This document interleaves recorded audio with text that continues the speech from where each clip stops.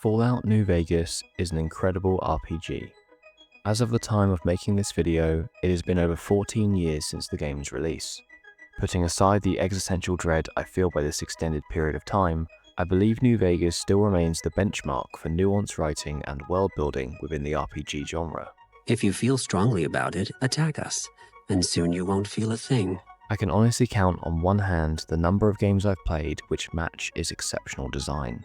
This high praise is more commendable when you consider the fact that Obsidian Entertainment, the game's developers, only had a short 18 months to create it. And the Fallout universe is not a one-note setting to create a game within. By the nature of having an alternate 1950s timeline serve as the bedrock of the series' post-apocalyptic future, New Vegas lends itself into being a tonal Frankenstein hybrid in the best possible way.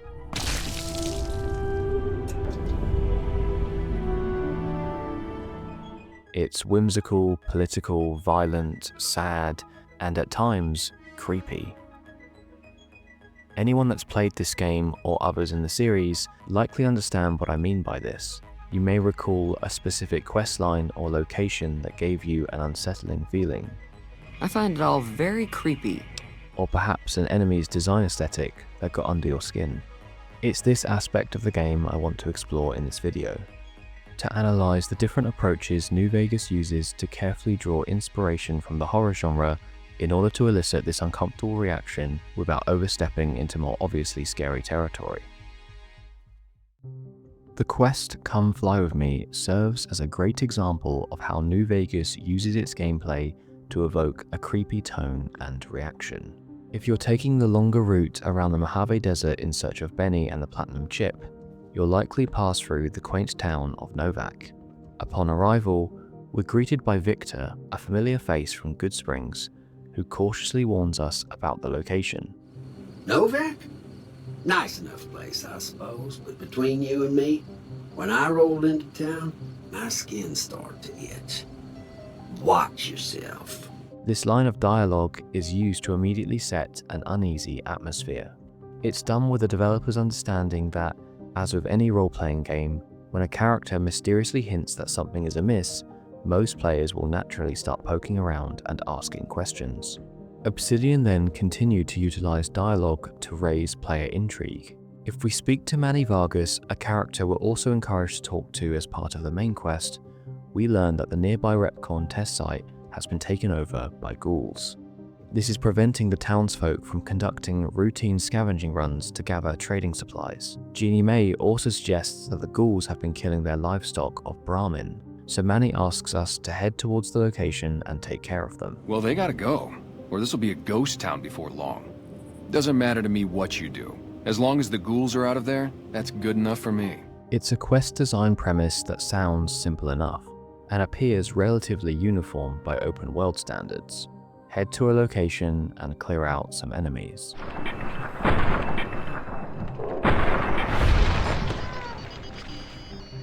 But on the way out of the town, you might be one of the lucky or unlucky players that decided to speak to Nobark Noonan.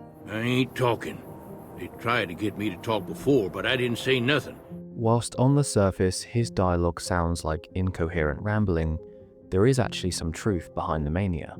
He was the meanest, ugliest chupacabra you could imagine. Had 2 heads and fangs down to the ground. Best I could tell anyways, since when he come up to me, he was invisible. Nobark's descriptions of an invisible predator are the first hint that this questline may not be as simple as we've initially perceived. The writing of this character is a great example of the hybrid tone I mentioned earlier. Ghosts. Kami ghosts what don't know they're dead. Hoping to steal our rockets so they can fly up and paint the moon pink and draw a Lenin face on it. I seen one of them disappear and reappear before my very eyes. It's both whimsical in nature, whilst also providing information that strangely contradicts our quest giver. This mysteriously foreshadows another aspect of this quest and shrouds our short trip towards the test site with uncertainty. Obsidian then tailor the environmental design to continue to play with our expectations.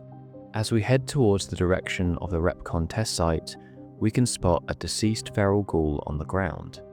a glowing one specifically, so it's nearly impossible to miss. The placement of this ghoul and the subsequent combat encounter reinforces the originally perceived simpler structure of this quest. But further down the path, you may notice a different corpse, a hulkingly large dark blue one named Nightkin. Whether you're familiar with the original Fallout or not, the presence of Nightkin corpses creates tension by alluding to something being amiss. It suggests the possibility that the player will have to face an enemy that poses a far greater threat than just the feral ghouls, simultaneously serving as strong incentive to check our ammo count and number of healing supplies. As we enter the facility, a conversation is initiated with an alleged sentient non-feral ghoul on the intercom, named Chris. Chris instructs the player to venture deeper within the building to locate him and the surviving group that he belongs to. Obsidian structures Repcon's level design to position Chris's location at the very back of the building. Therefore, in order to reach him, we have to navigate through dimly lit corridors with multiple feral ghouls lurking around the corners, prolonging our time within Repcon's creepy atmosphere.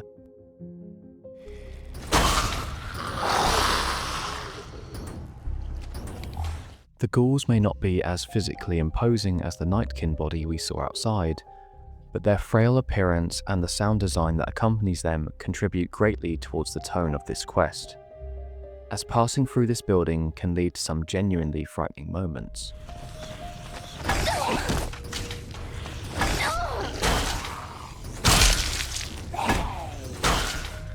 The developer also places terminals containing logs from old world employees that worked at Repcon before the bombs dropped, in order to enhance this atmosphere, such as this one highlighting the apparent disastrous situation created by a forgotten birthday cake order. The anxiety of this mundane event is a stark contrast to the present-day combat encounter against the ghouls that are now occupying these offices.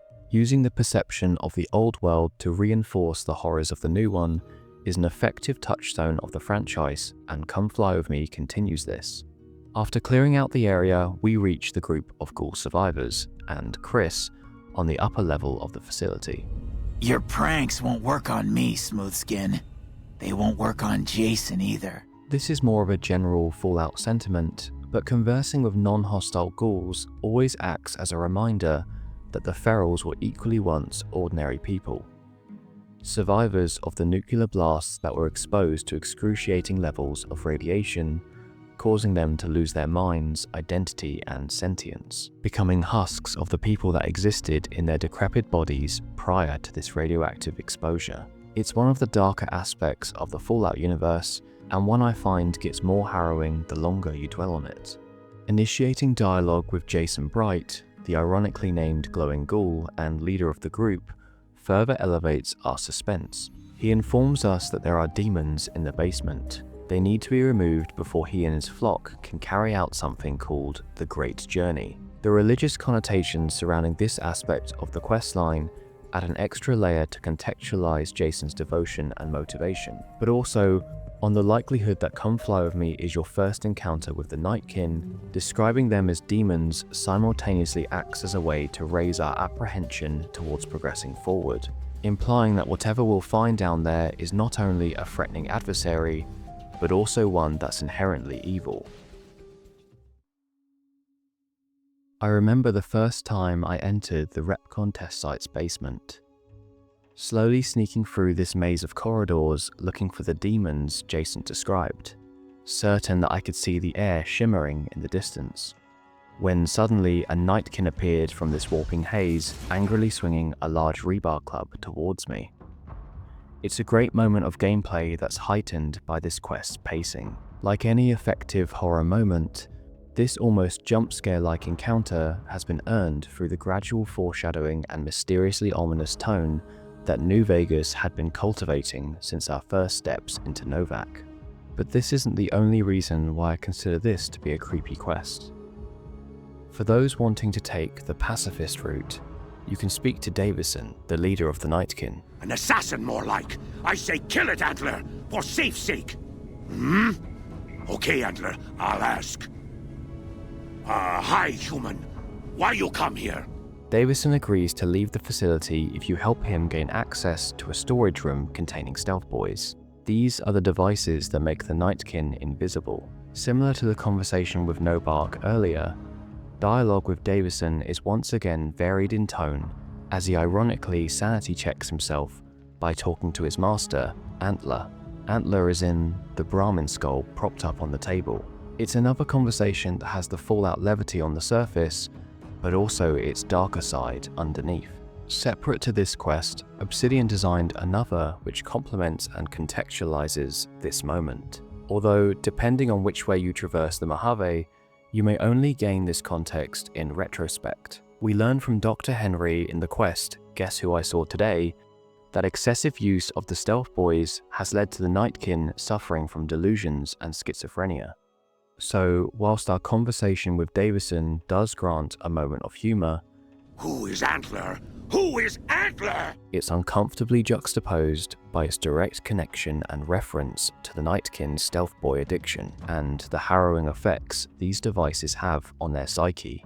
Again, there's that familiar sense of unease. Fallout's contrasting tone is once again creating an uncanny and creepy feeling, but it also creates sympathy for the Nightkin. Enough so that if you went in the first time guns blazing, only to learn about the Nightkin's affliction afterwards, Nightkin suffers schizophrenia from the stealth boys they're always using. One of the reasons I settled Jacobstown was so they could be cured. you may look back at your past actions with regret. This is a theme with relevance in another corner of New Vegas, one that we'll be covering later in this video. But for now, continuing with the peaceful resolution, we speak to Harland, the ghoul that's preventing Davison's group from entering the storage room. He asks us to locate a close friend that went missing when the Nightkin attacked. If we do this for him, Harland agrees to leave. But Obsidian once again utilized the level design to create an opportunity to force the player into a tense situation, as Harland's friend is located deeper within the subsections of the basement. Since we're not allowed to kill or alert any of Davison's group to resolve this peacefully, we have to sneak our way through the hostile territory. I took inspiration from the Nightkin and decided to use a stealth boy, but even with this added cloak of invisibility, slowly creeping past these hulking monsters is a pressurized experience, compounded by their unpredictable movements.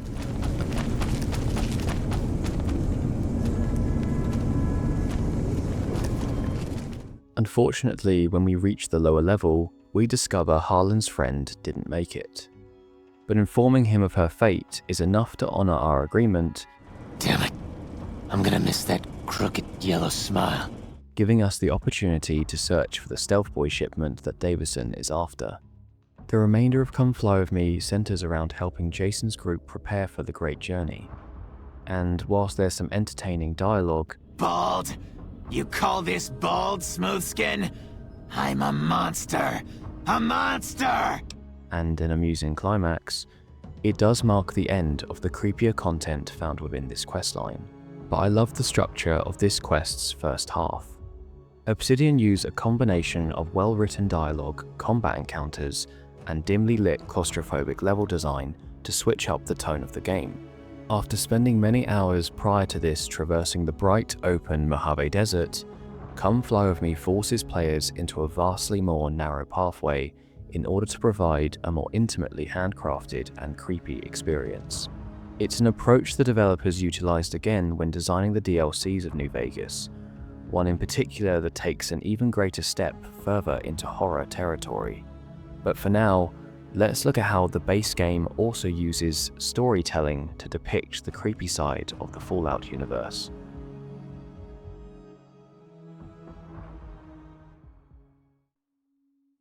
Exploring a creatively designed open world can lead to players stumbling upon unexpected situations. In the Mojave Desert, this could be in the form of a sudden enemy encounter, the discovery of a new building to explore, dialogue with an interesting character on the road, or a vault.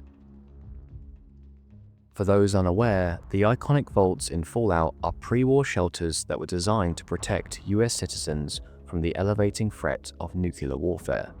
This protection from atomic blasts was given to those that had registered a slot.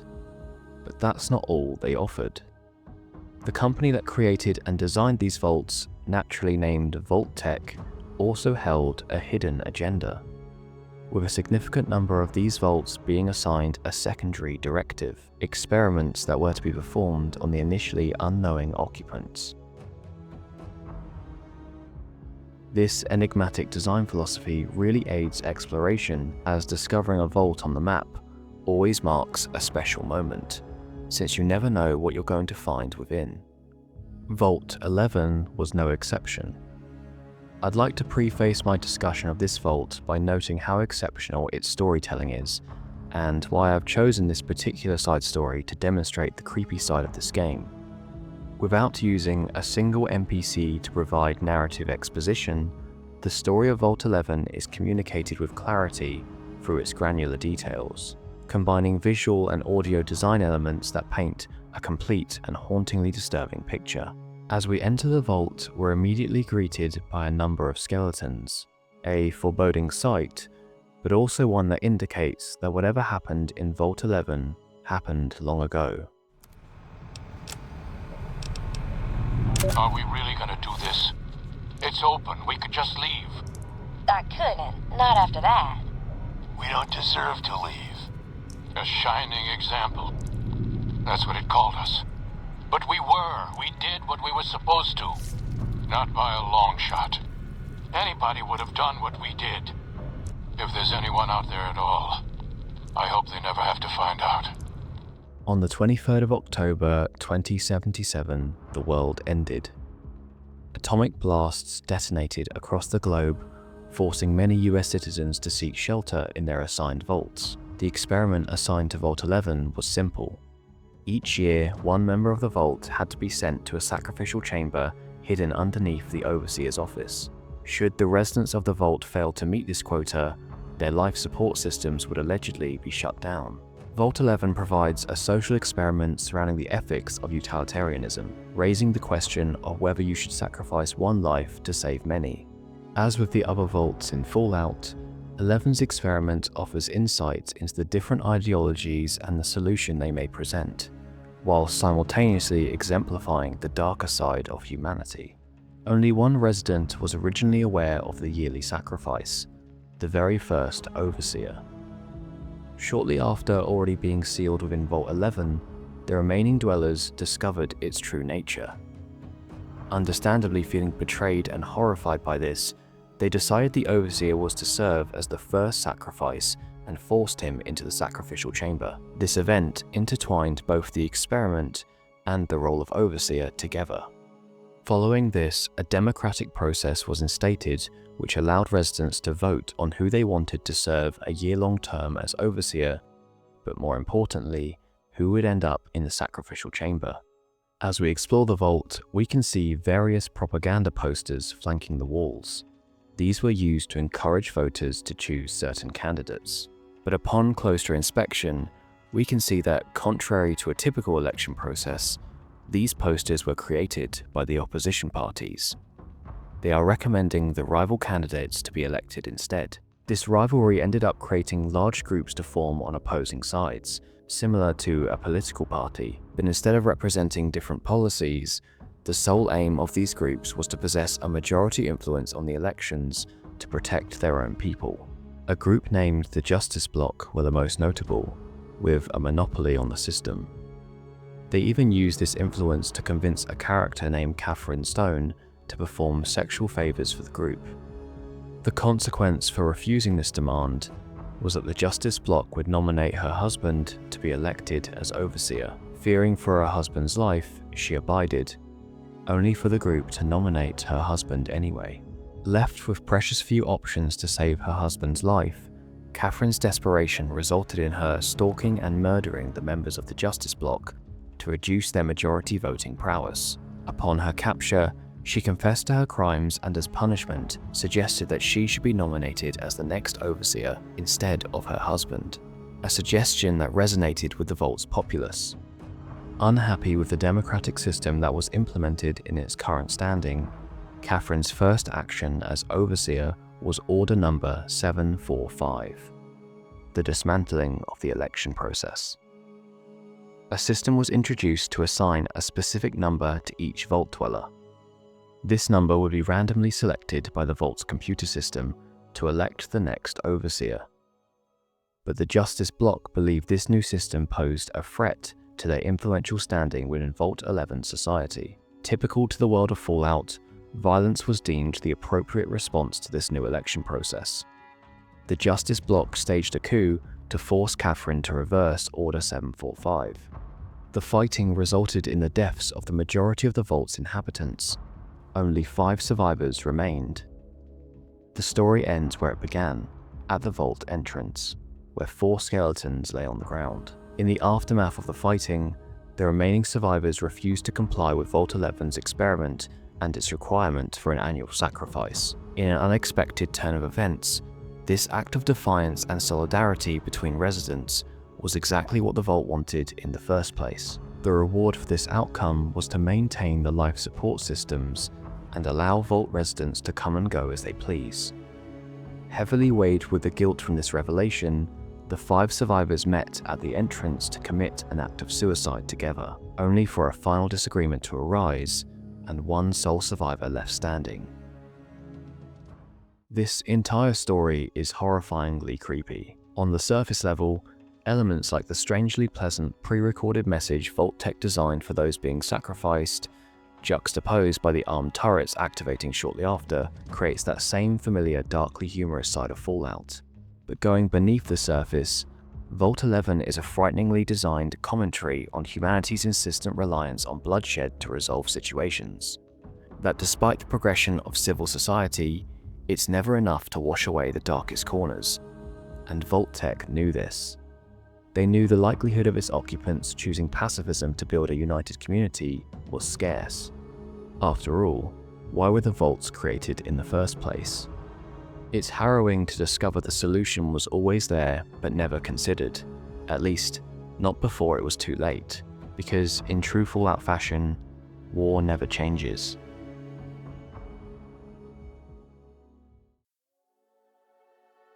Both Come Fly With Me and Vault 11 are great examples of how Fallout New Vegas uses different approaches to evoke a uniquely creepy tone.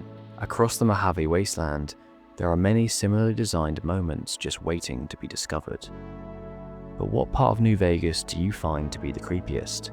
Feel free to let me know in the comments. Thank you for watching, I hope you enjoyed it. I have some more ideas planned for future Fallout videos, one in particular that explores the Dead Money DLC that I alluded to earlier, which I believe combines both approaches to great effect. If that's of interest to you, you're more than welcome to subscribe to the channel and become part of this great community we're building. And until next time, I'll see you later. I'm a winner! I won the motherfucking lottery! Bye.